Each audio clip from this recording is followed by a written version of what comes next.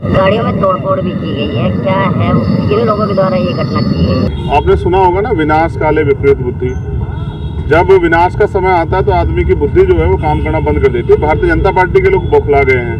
पहले उन्होंने तमाम तरह के दावे किए थे कि हम लोग यहाँ हारेंगे नहीं, ये नहीं होगा, लेकिन गठबंधन जो बना है जिसमें आम जनता का विश्वास है, ये विकल्प है, ये भारतीय जनता पार्टी ताना से सरकार को जवाब दे सकता है। इसका रिजल्ट हमने खतौली में देखा। तो खतौली के रिजल्ट के बाद भारतीय जनता पार्टी के लोग बौखला गए हैं और लोकतंत्र के में इस तरह का प्रयास नहीं होना चाहिए।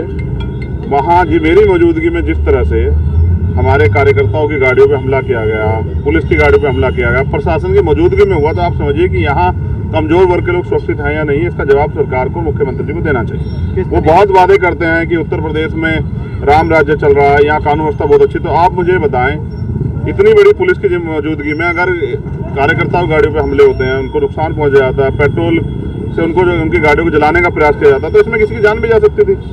तो इसका जवाब यहाँ की प्रशासन को और यहाँ की सरकार को देना चाहिए कि क्या वो लोकतंत्र में और जनमत में भरोसा नहीं रखते हैं। जनमत, जनता का मत जो है उनके खिलाफ है, तो उसका मतलब जनता को जो है जला के मारने का, उनकी गाड़ी तोड़ने का काम करेंगे। जनता इसका जवाब देगी और कोई कार्रवाई नहीं होती तो देखिए, हम लोग FIR करा रहे हैं, हम लोग संवैधानिक रूप से अपनी लड़ाई लड़ेंगे और अगर इस तरह के आरोपियों को बचाने का प्रयास किया जाएगा तो फिर यहाँ जिला मुख्यालय पे हम लोग जो है जवाब भी मांगे यहाँ के जिलाधिकारी से और यहाँ के जो हैं SSP से हम पूछेंगे कि आप ये बताओ कि अगर लोकतंत्र में जनता दिन दहाड़े इस तरह से जो है वो उनके साथ इस तरह की घटनाएं होंगी तो फिर आप यहाँ कुर्सी पर क्यों बैठे?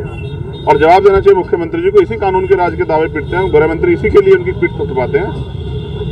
तो ये सब एक षड्यंत्र है जिससे हम लोग बुनियादी मुद्दे से हटे। सच ये है, गठबंधन लगातार आगे बढ़ रहा है और उनके उत्साह के आगे बीजेपी फेल हो रही है और वो अब उन पर कोई रास्ता नहीं बचा। इसलिए इस तरह के जय भीम। अब से 12 फरवरी भोपाल जाने की बात हुई है, मनवादियों के पिछवाड़े में आग लगी हुई है।